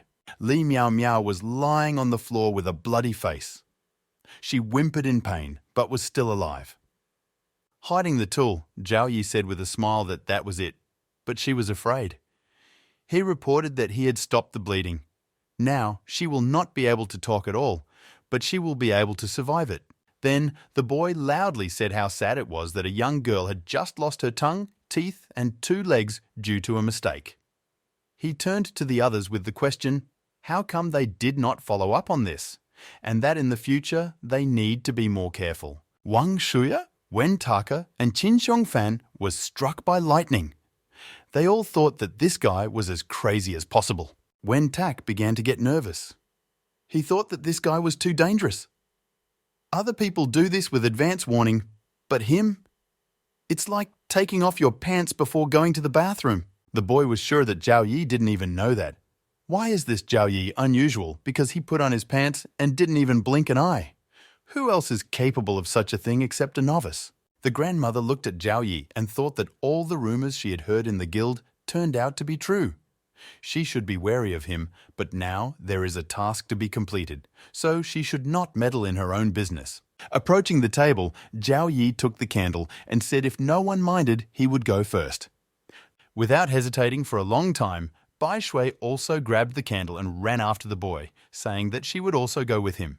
Wen Tak took the candle next. He said that the 3 of them would go scouting, and the remaining candles would be distributed by themselves. The 3 of them standing at the exit door, the guide's ghost began to open it. She removed the large lock and moved the bolt, opened the door of the carriage, and asked the players to go to the exit. It was pitch black outside. The ghostly candles of the lady barely lit their way. As they walked, Bai Shui asked if Brother Zhao knew what to do about the task. Does he have a plan? Zhao Yi also asked back, didn't they get a hint in the carriage they were just now in? Wen Tak said he did not remember seeing anything like that. Bai Shui thought about it and said that she was just playing rubber with a bunch of children from the car and nothing else. Therefore, it seems to her that they have no clues at all. Wen Tak became angry with Bai Shui and shouted that he understood everything, which was the same as saying, I know nothing. After walking further along the platform, they climbed the stairs to the upper rooms of the station. Zhao Yi said that it might be the control room. And this meant that there was a map there. This railway station has been abandoned since ancient times. During this time, many locations here have already been destroyed or changed. Returning to Bai Shui and Wen Taka, the boy noted that their town is far from small and the railway station corresponds to the given dimensions. And also, these candles only last for 1 hour, so in order not to waste time, they must first find the map. Bai Shui said that even though they knew where the map was, it didn't make the task any easier. Wen Taka also shared his thoughts and said that he felt that the way to accomplish the task was outside of this station, but they needed a map to get accurate information. Entering the middle of the room, Zhao Yi replied that everything was correct, that the purpose of their mission is to deal with the offense. Therefore, to begin with, they need to find out what kind of insult it is and why it is there. Thanks to this information, they will be able to figure out how to complete the task. However, this is not so easy to do. Before that, he had already tried to talk to several ghosts, but none of them told him the whole truth. Zhao Yi also added that this meant that somewhere inside the train, there was a monstrous creature watching ghosts, and, in principle, all of them. That's why they can't figure out what happened on the damn train. They can only leave the train and look for evidence. Something like notes, newspaper headlines. You can also listen to ghosts. Bai Shui replied that she understood now. Wen Tak looked around and pointed to the corridor at the end of the room. He said that since the corridor ends there, it is possible that the same control room is located there. To which Zhao Yi replied, if they don't check, they won't know, and walked forward. Bai Shui and Wen Tak cautiously approached the turn. The woman noted that the control room is right around this corner. Looking around the corner, they saw a stocky ghost of a guard there. Both of them shouted his name out of fright, Ya Tao! And at the same moment, they quickly covered their own mouths. Zhao Yi looked behind them at the ghost. A system message appeared, warning that this apparition is extremely dangerous. He has no weaknesses. The note says not to look this ghost in the eye, that he is actually sleeping now and can wake up if he is disturbed or given a strong blow. Most of the ghosts are afraid of this ghost, the security chief. Therefore, if this ghost notices them, then they should run, and the faster, the better. After reading the system messages, Zhao Yi chuckled and walked closer to the ghost. Bai Shui thought to herself that she didn't understand what was funny about that. Is the guy up to something? Such thoughts made her sick. Wen Tak began to warn the boy to be careful because this ghost is very dangerous and may attack at any moment. Zhao Yi held the phantom candle close to the ghost's nose and said that the ghost would not attack because the ghost was asleep. Bai Shui was still standing around the corner scared. Wen Tak was also by her side and asked why Zhao Yi thought the ghost was off. And the boy, without thinking for a long time, took and sharply pulled the hair from the ghost's nose, causing it to sneeze. Bai Shui and Wen Tak's jaws dropped. They were even more frightened, and the woman said that this crazy guy woke up the ghost after all. Zhao Yi replied that everything was fine, and she only imagined it. It was indeed so. The ghost remained standing motionless in place, holding a large, heavy stick in his hands. Bai Shui and Wen Tak heaved a sigh of relief. Wen Tak asked how brother Zhao Yi had so much courage. The boy, still standing close to the ghost and carefully examining it, replied that Wen Tak would not talk nonsense, that he was very careful from childhood. Bai Shui's words made him squirm. Careful? How could one say that he is careful when he is going to pull the hair out of the ghost's nose? Wen Tak suggested that they go on while the ghost is still asleep. He went to the door and turned the handle. Turning to Zhao Yi, the boy said that the door was closed. At that moment, Wen Tak was so shocked when he saw Zhao Yi undressing the sleeping dangerous ghost. He asked what he was making. Zhao Yi casually announced that he was just undressing the ghost. Wen-tak and Bai Shui froze for a moment watching this scene. Wen-tak then whispered to the woman, "Shouldn't they run away already? After all, this guy is behaving recklessly that he will wake up the ghost now." While the couple discussed Zhao Yi's behavior, Zhao Yi, with all his persistence, quickly began to undress the ghost of the security chief. As a result, the ghost remained in the same hat and funny panties with a chick. Bishui thought that even though he is a ghost, it doesn't mean that he doesn't feel anything while he sleeps. Zhao Yi's hand is heavy, so sooner or later he will still wake up the ghost. And Bai Shui grabbed the boy, who was frankly too enthusiastic, and shouted that enough is enough. That the brother is already descending to the level of a pickpocket and stressed that they should move on as soon as possible. After coming to his senses, Zhao Yi agreed with Bai Shui. He said that he really went a little overboard. The woman released him and breathed a sigh of relief. Wen-tak told the boy that they only needed the key, so he didn't need to remove all the clothes from the ghost.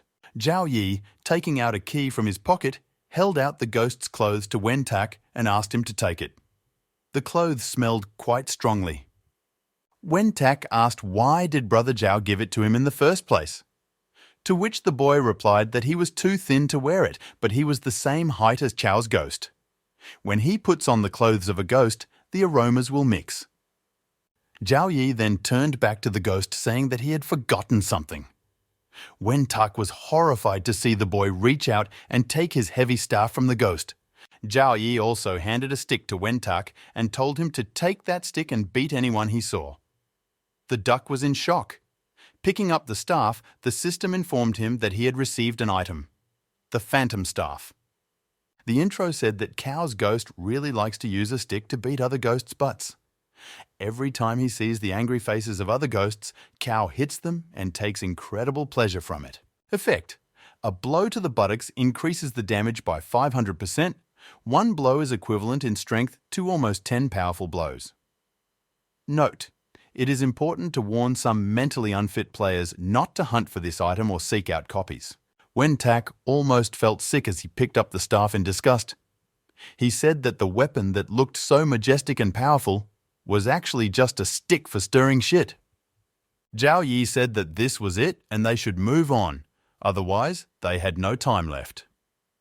Bai Shui asked Wen-tak to move away from her with that disgusting stick. Opening the door with the key, the trio entered the control room. Inside, they saw 3 apparitions that were shaped like a train station. Bai Shui expressed concern that there were so many ghosts even here. And the disguised Wen-tak turned to Brother Zhao and said that they could still escape. Zhao Yi smiled and suddenly let's shout at the ghosts, which simply stunned Bai Shui and Wen-tak. The boy shouted for the ghosts to listen to him. That now the chief of security will go on a general tour.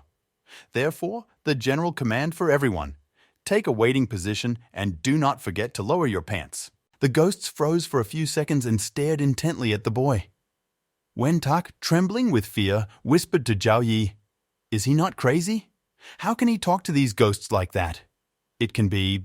Suddenly, 3 ghosts stood against the wall and pulled down their pants. They humbly and in sweet foreboding began to expect their punishment. Wen-tak's jaw dropped. Zhao Yi turned to the boy and asked why then these ghosts obeyed his order so meekly.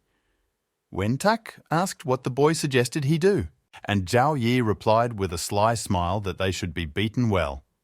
And he emphasized that he should remember that you should not show weakness, that the boy should be brutal and strong. Wen-tak took out a ghost stick. He was very embarrassed. He told Zhao Yi that it was somehow wrong to spank ghosts' buttocks. With a devilish expression on his face, Zhao Yi asked Wen-tak if he really wanted to obey his order. Wen-tak had no other choice. He approached one of the ghosts and, swinging with all his might, hit him on the buttocks. The ghost moaned loudly and sweetly in pain. The other 2 ghosts froze and looked at the third one, who was trembling with pain. And then there were satisfied smiles on their faces, which showed that they also wanted to be spanked just as hard on the buttocks. Wen-tak shouted at the ghosts, "Do they really like such obscene things?" That enough staring at each other and ordered them to keep their heads straight. Zhao Yi told Bai Shui that since Wen Tak had settled into the role, he would go and check that computer. Bai Shui asked to go with him. In the control room, having placed a ghost candle next to him, the boy sat down at the computer and found a plan of the station. The plan indicated that the height of the station was 20.5 meters. The grocery store on the first floor was 3.7 meters high. The meat bench on the second floor is 7.4 meters high. Escalator, 4 meters. Bai Shi noted that it was strange. Why the plan only indicated the height of the rooms in the building? Shouldn't other parameters of the building have been specified there? Zhao Yi searched again on the computer, but the computer said that the data was not found. Bai Shui said that it was very strange. Maybe the owners of the station had problems with the architect. In their place, she would mark the basic parameters of all rooms on each floor plan and note their area on the front side of the drawing. The guy thought. He thought that these data might be needed, so it is better to write them down in a book. Suddenly, Zhao Yi noticed a room on the plan. It was an underground storage, about which there was no data. Zhao Yi said that something is wrong here. Bai Shui asked the boy what he was talking about and what happened. What made him think like that? Pointing to the drawing, the guy said that there is an underground warehouse at this station on the ground floor. There is no such ground floor anywhere else. Therefore, it seems to him that the 0 floor was created specifically for this warehouse. The woman asked what they should do now. Zhao Wai replied that she needed to go and find a newspaper or something to start with. Bai Shui agreed. While the woman searched the room, the boy thought that this was the it that everyone was talking about. And it seems just now he understood all the dangers of this game. A few minutes later, Bai Shui handed Zhao Yi the papers and said that they were all documents from the railway office. Taking them, the boy said that it was time for them to leave. As he continued to whip the ghosts on the buttocks, Wen Tak remarked that it was cool and that he really enjoyed making fun of others. He ordered the ghosts to sing to him about how hard it was for them to bear these torments. Zhao Yi passed by. He told Wen Tak that it was time for them to go. The boy asked if Brother Zhao had managed to find any evidence. Zhao Ya replied that they should talk about that another time. A few minutes later, squatting down, Wen Tak turned to Zhao Yi again and asked him why they had locked themselves in the ladies' room. To which the boy replied that it was a good question, but it was not worth asking any more. Bai Shui and Wen Tak were puzzled. Zhao Yi took out a book from his inventory. He placed it in front of Bai Shui and Wen Tak and explained that he first found this book in the 6th car of the train. After opening the Opinion of the Master section, the boy pointed to the highlighted words that there is a morning newspaper and a map in the control room. Diesel fuel is needed for the train to go, not to climb into the cabin, and that it is following them. After reading this, Wen Tak asked, "Isn't their purpose to remove the curse? Why then was it written in the book about how to start a train for them?" Bai Shui speculated that perhaps the system left these marks on purpose to confuse them. Zhao Wai replied that this was not the case and drew their attention to the newspaper article. It was written about a terrible disaster. On the 7th of the X month, employee Wang inspected some objects at the station and in the trains with the aim of detecting wear and tear or malfunctions. The inspection was carried out very carefully as the station was preparing to send trains with children who wanted to return from the villages to the city for schooling after the holidays. But a terrible disaster occurred before the final departure. Suddenly, a terrible black storm engulfed the village. A day later, in different parts of the village, monsters began to appear. They were cruel and bloodthirsty with a bizarre body shape. They appeared together with a mysterious black fog that wandered in the shadows of the houses. Those poor people who were dragged into the black fog turned into terrible monsters. When people got the news of what happened, the chaos in the city had already reached its highest peak. Fortunately, there were 3 trains at the station that could take most of the population of the village to the nearest town. Thanks to the morning newspapers and electronic resources, people were able to learn about the trains, after which everyone rushed to the station in search of salvation. But many were ready to travel in terrible conditions just to escape from what was happening in the village. Wen Tak noted that there were 3 trains at the station, but now there was only one standing there, the one in front of them. He asked if this meant that the 2 trains were able to reach their final destination safely. With a worried face, the duck asked Zhao, "What happened to this train then? Looking at Wen Tak, Zhao Yu replied that he was thinking in the right direction. He himself believes that it was this event that became the source of the image of all those ghosts. And now they need to find out what kind of accident it was and why it all happened. Zhao Yi thought about the fact that he had already seen something similar in the butcher's records. It said something about his daughter and that she had gone on the train to the city. Maybe this is the same train? Suddenly, the trio heard an eerie screeching coming from the corridor and echoing closer and closer to the toilet where they were sitting. Baisei tensed and, listening to the eerie sound, said that someone was coming towards them. About herself, she made an assumption that maybe it was the chief of security. But when the door opened, the ghost of a cleaner entered the toilet with a mop in her hands. The ghost, seeing the trio sitting in the toilet around ghostly candles, got really scared and left the mop and ran away. Zhao Yi shouted for the ghost to stop. Pointing to Wen Taka, who got up from his seat and started twirling a stick in his hands with a stern expression, he said that this boy next to him was the new chief of security. Believe it or not, he's capable of beating the crap out of her the next time she tries to escape. The ghost of the cleaning lady, with a look of horror on her face, asked not to kill her. Wen Tak, threatening with a stick, angrily ordered the cleaning lady to come to them. Falling to her knees in front of the Trinity, the frightened ghost asked what exactly interested her master. Zhao Yi put his hand on her shoulder and told her not to worry so much, that the new security chief just wanted to ask some questions. But it was necessary to answer her honestly and without unnecessary information. The ghost, trembling with fear, agreed to listen to their questions. Zhao Yi asked what exactly happened at this station. The cleaner grabbed her head and began to tremble even more. She said that she did not know, that there was no need to ask her about such a thing, that she had no idea what was happening here. Wen Tak grabbed his stick and shouted, meaning that they should not ask anything. He began to threaten that the cleaning lady probably wanted him to spank her. In response, the ghost shouted that he could beat her as much as he wanted, but she still wouldn't say anything. The Trinity was puzzled. Zhao Yi thought that his suspicions were confirmed, that someone was watching them after all. Then, the guy asked the cleaner if she knew where the diesel fuel storage facility was. He explained that he just needed to get there. The ghost said that originally there was a separate gas station at their station, that it was not far from here, but for some reason it was moved during the restoration. She added that she clearly remembers that there were several barrels of diesel fuel in the basement. But their administration has a very bad character, so if they need diesel, they will have to go through all the circles of hell to get it. As soon as Zhao Yi thanked the cleaning lady and told her to go, the ghost immediately jumped to its feet and scurried out of the toilet. Wen Tak asked why her brother let her go, and Bai Shui asked if this ghost went too easily. The woman said she felt the ghost could be of use to them, but the boy let her go. Getting up from his seat and taking the ghostly candle in his hands, Zhao Yi replied that it was not the case, that the baseline of their task had now changed. Wen Tak and Bai Shui were surprised and did not understand what the boy meant.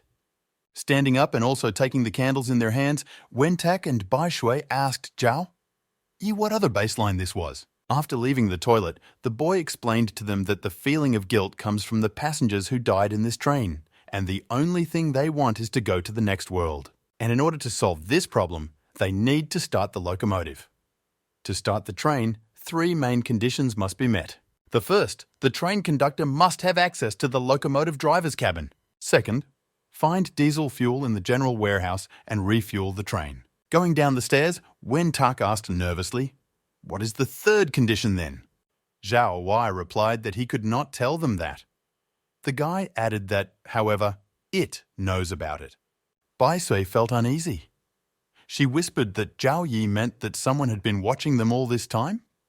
The boy smiled and said that it was so. He noted that there is no need to panic because it is still sleeping, but when it wakes up, then they will all die. Descending the stairs to the -1st floor of the train station, Bai Shui inquired from Zhao Yi that the cleaner's ghost had told them that the warehouse manager had a bad temper, so if they came there without a clear plan. Zhao Yi interrupted the woman and said that he thought the ghost had lied to them. that if Bai Shui and Wen Tak knew who was spying on them, they would have immediately realized that the warehouse was the safest place in the entire station. The woman asked if it was really safe there because Zhao Yi had threatened the ghost not to lie like that. Suddenly, the trio heard loud bangs that shook the ceiling. Wen Tak asked in fright, "What kind of sounds could these be?" Zhao Yi listened and said that he is nearby. Returning to Wen Tak, the boy said that he should hurry and run as fast as possible to their train. The duck did not quite understand why only he should run. Zhao Yi took out a gun from his inventory and loaded it, explaining to Wen Tak that it was very simple that they had just woken him up. And he himself, quite recently, stole his clothes and a stick from a ghost, and then also pulled out the hair from his nose. Laughing, Zhao Yi added that the ghost would tear the boy to pieces. Holding out Wen Taku's gun, Zhao Yi advises the boy to listen to him and quickly run to the station. "You also need to return the ghost's clothes and stick, and don't forget the ghost candle." Wen Tak replied with fear in his voice that he would never do such a thing in life, that Brother Zhao had lost his mind.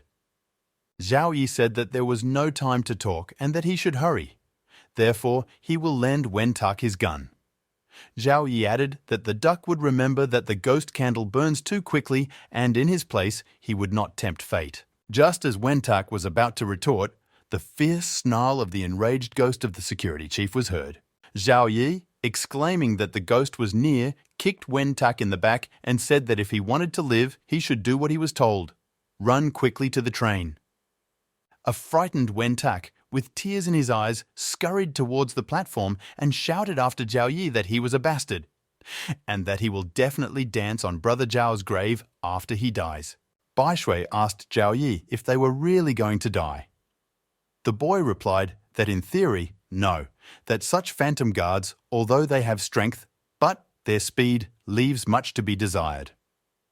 Then the boy said that now they should get down to business, because the ghost candle only burns for an hour. He added that during this hour, they need to prepare for the fact that they will be attacked. Because when the train starts moving, they will no longer have the opportunity to correct mistakes. Walking down the basement corridor, Bai Shui noticed the darkness surrounding them. She also told Zhao Yi that the floor had become too sticky and it was very disgusting. At last they reached the large doors of the warehouse. Opening the door, Bai Shui looked inside and reported that it was empty. Suddenly, a warehouse ghost jumped out from behind the door and fiercely looked through the crack at the frightened woman. Bai Shui jumped back and shouted that there was a ghost. Zhao Yi calmly asked her not to panic, that nothing could harm them here. At these words, the woman thought that she would never believe in such fairy tales in life. Approaching the door, the boy knocked and asked who was there, and was the ghost hiding there? The clanking of chains was heard. From behind the door, the ghost shouted for them to go away, that they were not welcome here, that his master did not want to see them here. Zhao Yi smiled and hid the ghost candle in his inventory. He turned again to the ghost and said that they were not going to go, and that they were not slaves to his master, but strangers. The ghost looked curiously through the gap again at the boy. A system message appeared stating that the warehouse ghost is neutrally dangerous. He has no weaknesses, and also this ghost has great strength, but does not like killing and violence. If they want to die, then you need to be rude, go to the conflict, and then they will definitely end up in the other world. Looking at the ghost, Zhao Yi asked Bai Shui if she understood why they needed ghost candles, that they protected them. The boy thought to himself that everything was as he had assumed, that the ghost of the warehouse turned out to be neutral. The ghost of the warehouse glanced once more at the boy and the woman and, opening the door in front of them, invited them inside to talk. After entering the warehouse, Bai Shui noticed how the doors closed behind them and were locked with chains. This made her sick. After lighting a cigarette, the ghost of the warehouse said that they were not the first to look for him and that he felt sorry for them. Zhao Yi replied that he should not worry because they were the last to come to him. The warehouse manager laughed and said that they had come for diesel fuel. Pointing to the barrels, he added that they should go and get it themselves. Bai Shui was surprised. She did not think that everything would be so simple. Zhao Yi, in turn, told the ghost that they needed not only fuel for the train, but also the help of the warehouse manager. The ghost was surprised and asked what exactly he could do to help them. Zhao Yi asked back if the ghost wanted to get out. With a heavy sigh, the head of the warehouse replied that it was impossible to get out of here, and that everyone knew about it. Although it was asleep most of the time, but nevertheless, it was always spying on them. Taking out the ghost candle again, Zhao Yi told the ghost that they still had a chance as long as this candle was burning. The head of the warehouse thought and smoked a cigarette. Bai Shui intervened in the conversation. She timidly asked, what were they talking about now? And who is it? Zhao Yi and the ghost said at the same time and in unison that when the adults speak, the little ones are silent. The woman felt offended, but she did not ask any more questions. Looking at the candle, the ghost of the warehouse manager said that he knew that these ghost candles were quite powerful, but noted that the boy did not have enough candles for everyone. After all, they are one less than players. Zhao Wei replied that he was right, but soon one of their teammates would return to the carriage, and since he is a reliable person who obeys and quickly does whatever the boy tells him, that person will donate a candle to them. The ghost said they wouldn't have enough time anyway. That train is very old and slow. It will take them a long time to leave the station on it, and as soon as they are going to run, it will strike and then the candles in their hands will quickly burn out. Zhao Yi replied that that was why he had come to him, that the ghost will be able to buy time for them. The head of the warehouse was surprised. The ghost said that even if he could handle it, what were the chances that he wouldn't fall into the boy's trap? He wondered how the boy learned about the existence of it. The ghost of the head of the warehouse said that this is the ghost of the station and that the boy should not say this name out loud, that it is very dangerous. Sitting down on a chair, Zhao Yi explained that he had found the map in the control room. But despite the fact that the drawing is a top view, all the data that is on this map is actually real. Based on this data, he mentally recreated the station. The boy said that he was very surprised when a complete idea of the appearance of the station appeared in his mind. Did someone turn this station into a ghost's head? In addition, the ghosts say that it follows everyone on the station. That is why the boy asked himself the question, who is this it that lives at this station? Besides, he thought that this warehouse was very strange, because it was the only place in the station that was not marked on the map. And in general, on this phantom head, the composition looks like a tumor. This it has great power. There is absolutely no point in controlling this lineup. The only reason it still does not control this composition is that it was simply not allowed to do so. Zhao Yi said that if his guesses were correct, then everything that was happening here was due to the suppression of the disaster. But then, in July, when the station was completely repaired, Vono communication with this section of the station was cut off. That's why the situation got out of control. The ghost of the warehouse chief was amazed.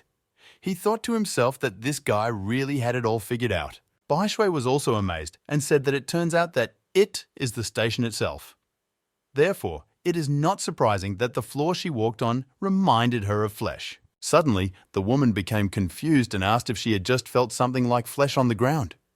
Doesn't that mean that the ghost of this station had woken up? The head of the warehouse replied that they both reasoned correctly, but there is a catch that it cannot get here, and he cannot leave here.